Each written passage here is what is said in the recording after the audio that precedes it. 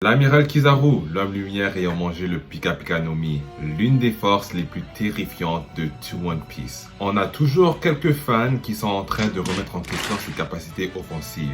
Tu penses que je plaisante? Non, je plaisante pas du tout.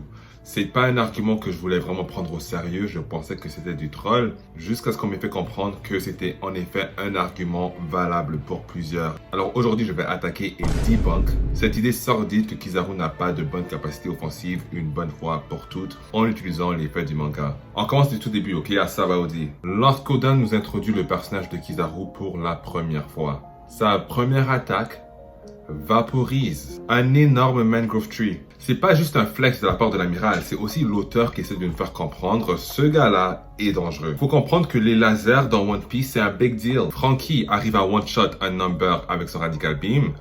Queen, ce scientifique de génie que moi-même je n'aime pas beaucoup, va construire la plupart des attaques offensives efficaces dans son arsenal autour des lasers et la marine investit des millions de berries dans l'espoir de reproduire ce pouvoir chez les pacifistas et les séraphins. Alors ma question pour les haters de Kizaru, si ces lasers étaient en effet faibles comme vous dites, alors pourquoi la plus grande force militaire du monde européen ainsi que des pirates comme Queen la Grippe sont complètement obsédés à l'idée de copier ce pouvoir? Ne vous inquiétez pas, je vais vous le dire, c'est parce que Oda essaie de nous faire comprendre que ce pouvoir-là, c'est pas n'importe quoi. C'est un des plus puissants pouvoirs du monde européen. On accélère à Marineford et on voit Kizaru percer le corps de l'homme le plus fort au monde. Maintenant, vous allez me dire, c'est pas un feat incroyable. On voit Squardo faire la même chose. Mais ce qu'il y a à noter à Marineford, c'est à quel point Kizaru fait les choses sans nécessairement mettre de l'effort. On voit que tout ce qu'il fait, y compris l'attaque qu'il va utiliser pour se charger de Marco, il le fait avec une telle facilité, il le fait avec une telle nonchalance. Et c'est ça la partie la plus effrayante de Kizaru sur Marineford. La précision avec laquelle il est capable de détruire la clé lorsque Luffy est prêt à sauver Ace. Oda nous montre que Kizaru peut faire beaucoup de dégâts en faisant très peu d'efforts. C'est un peu le joli contraste entre sa personnalité hyper lente et le fruit de la lumière qui le permet de se déplacer à des vitesses, voilà, anormales. Alors Kizaru faible, le dos de Frankie est plus solide que le dos de Marco. On va parler de Frankie dans pas longtemps, donc assure-toi de rester jusqu'à la fin de la vidéo. Bon, maintenant là, je vais finalement tacler Egghead, là où sont sorties les inepties, voilà, les rumeurs, la propagande, comme quoi Kizaru ne serait pas dangereux offensivement. Premier argument crédule qu'ils ont trouvé pour nous faire croire que Kizaru n'était pas puissant offensivement. Le coup de pied qu'a donné Kizaru à Luffy ne l'a pas blessé. Kizaru parvient à projeter Luffy dans la barrière les défenses de Egghead. Luffy va maintenant admettre que cette barrière qui, encore une fois, est faite du pouvoir de Kizaru, l'a presque tué et va revenir en Gear 5, d'accord? Donc Luffy, par sa propre admission, va admettre que la barrière qui est faite du pouvoir de Kizaru l'a presque tué et qu'il l'a envoyé dans cette barrière, d'accord? Parce qu'on a vu Bonnie toucher cette même barrière et elle a pu s'en sortir sans trop de dégâts. Donc la puissance, la vitesse à laquelle Luffy a été projeté vers cette barrière, c'est quand même pour quelque chose. Est-ce qu'on va commencer à dire que Sanji n'a pas vaincu Jabura entièrement parce que Jabura s'est pris des dégâts du plancher?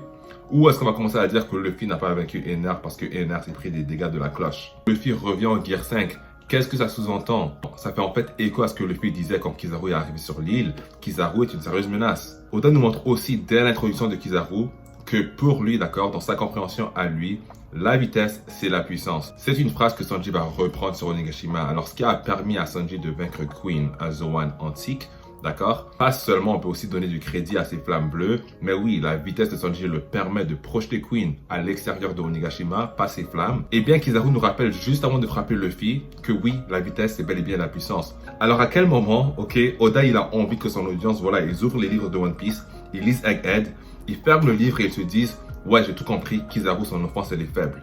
À quel moment? Ce n'est pas du tout l'intention de Oda. Il écrit Frankie qui survit à une attaque de Kizaru. Est-ce qu'il cherche à faire comprendre à l'audience que Kizaru a une faible offensive? Ou est-ce que Oda fait juste assez confiance à son audience pour comprendre que Kizaru en fait a un réel contrôle sur son pouvoir et sur ses propres capacités destructrices? Oda a été clair depuis Sabaody que Kizaru c'est un top tier, alors arrêtez, just stop the cap, ok? Mettez du respect sur l'amiral. Deuxième argument crédule, c'est que Luffy a pu tanker les coups de Kizaru sans prendre trop tarif. Alors les attaques de Kizaru seraient donc faibles, absurdes, complètement absurde. Luffy a tanké plusieurs Boro-Breath de Kaido. Et jamais il a dit, voilà, le Boro-Breath m'a presque tué. Pourtant, personne ne mentionne le fait qu'une des attaques signatures de Kaido est une faible offensive. Tout le monde est d'accord pour dire que le Boro-Breath est une attaque puissante. Oda nous montre à travers la montagne que le Boro-Breath est une attaque puissante. On sait que Oda, c'est pas un auteur qui aime tuer ses personnages, même les PNJ. Alors qu'est-ce qu'il va utiliser? Souvent, Oda nous montre la puissance de ces personnages au travers des dégâts qu'ils sont capables de faire à l'environnement. Kaido en fait partie et Kizaru aussi, parce qu'encore une fois, Oda cherche à minimiser le plus de pertes possible dans son œuvre. Pourquoi quand on voit Luffy survivre ou tanker un Boro-Breath, on donne le crédit à Luffy plutôt que de rabaisser Kaido, mais lorsque Luffy tank des attaques de Kizaru, on veut rabaisser Kizaru plutôt que donner le crédit à Luffy. Il faut comprendre que Luffy, c'est un Yonko, d'accord? Il peut tanker comme un Yonko, voilà, c'est ça qui est dit. Luffy qui peut tanker les attaques de Kizaru directement après avoir avoué lui-même que Kizaru était dangereux, c'est pas un knock pour Kizaru en fait. C'est un testament de la durabilité de Luffy. Et finalement, parlons du claim le plus ridicule que j'ai pu entendre. Franchement, les gars de l'autre côté, ils ont bien taffé, d'accord? Ils ont vraiment bien travaillé parce que j'ai moi-même vu des personnes que je respecte, que je considère moi-même comme intelligentes, me sortir cet argument. Franky a tanké l'attaque de Kizaru dans le dos, alors que Kizaru a une faible offense. C'est là qu'on va devoir distinguer les pro-cohérences vis-à-vis de ceux qui veulent juste argumenter pour argumenter. Franky est touché dans le dos et survit. Mais là, Oda n'essaie pas de sous-entendre que les lasers de Kizaru sont faibles. Bien évidemment, la puissance de ces lasers peut varier. Regarde Marineford par exemple, Kizaru qui va nous montrer des lasers qui vont varier en termes de puissance. Et on peut aussi comparer ça à d'autres lasers dans l'histoire. Le Radical Beam de Franky qui va one-shot un number. Les lasers de Queen qui vont forcer Sanji à éviter chacun d'entre eux. L'un des Vegapunk, Edison si je me trompe pas, qui va nous prévenir qu'un Séraphin à ce stade, même avec son mode flamme, ne va peut-être pas être capable d'encaisser un laser. Les mêmes Séraphins capables de se battre contre Luffy pour Sonigashima et Lucci en même temps. Des Séraphins que Luffy a lui-même comparé à Kaido. Alors maintenant, si je comprends bien, ok, ce qu'on veut nous faire comprendre, c'est que le dos de Franky est plus costaud que les Séraphins et que le ventre de Sasaki. Bien sûr, c'est ce que Oda veut nous faire comprendre. Mais réveillez-vous les gars, réveillez-vous.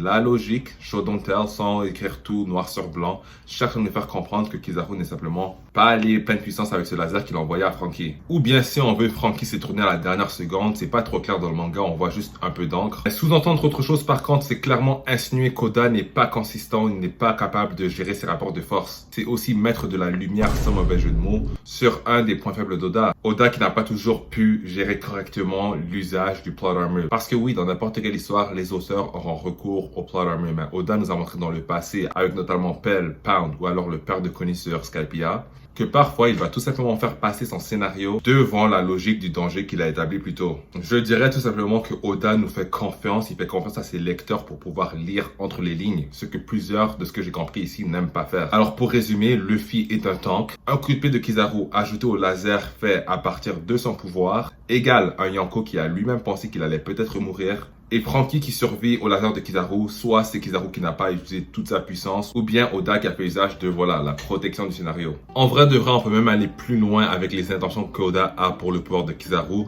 Lorsque Franky s'apprête à lancer son Radical Beam à Big Mom, il est interrompu et finit par one-shot le number qui était près de la scène. On ne voit pas Big Mom encaisser le coup.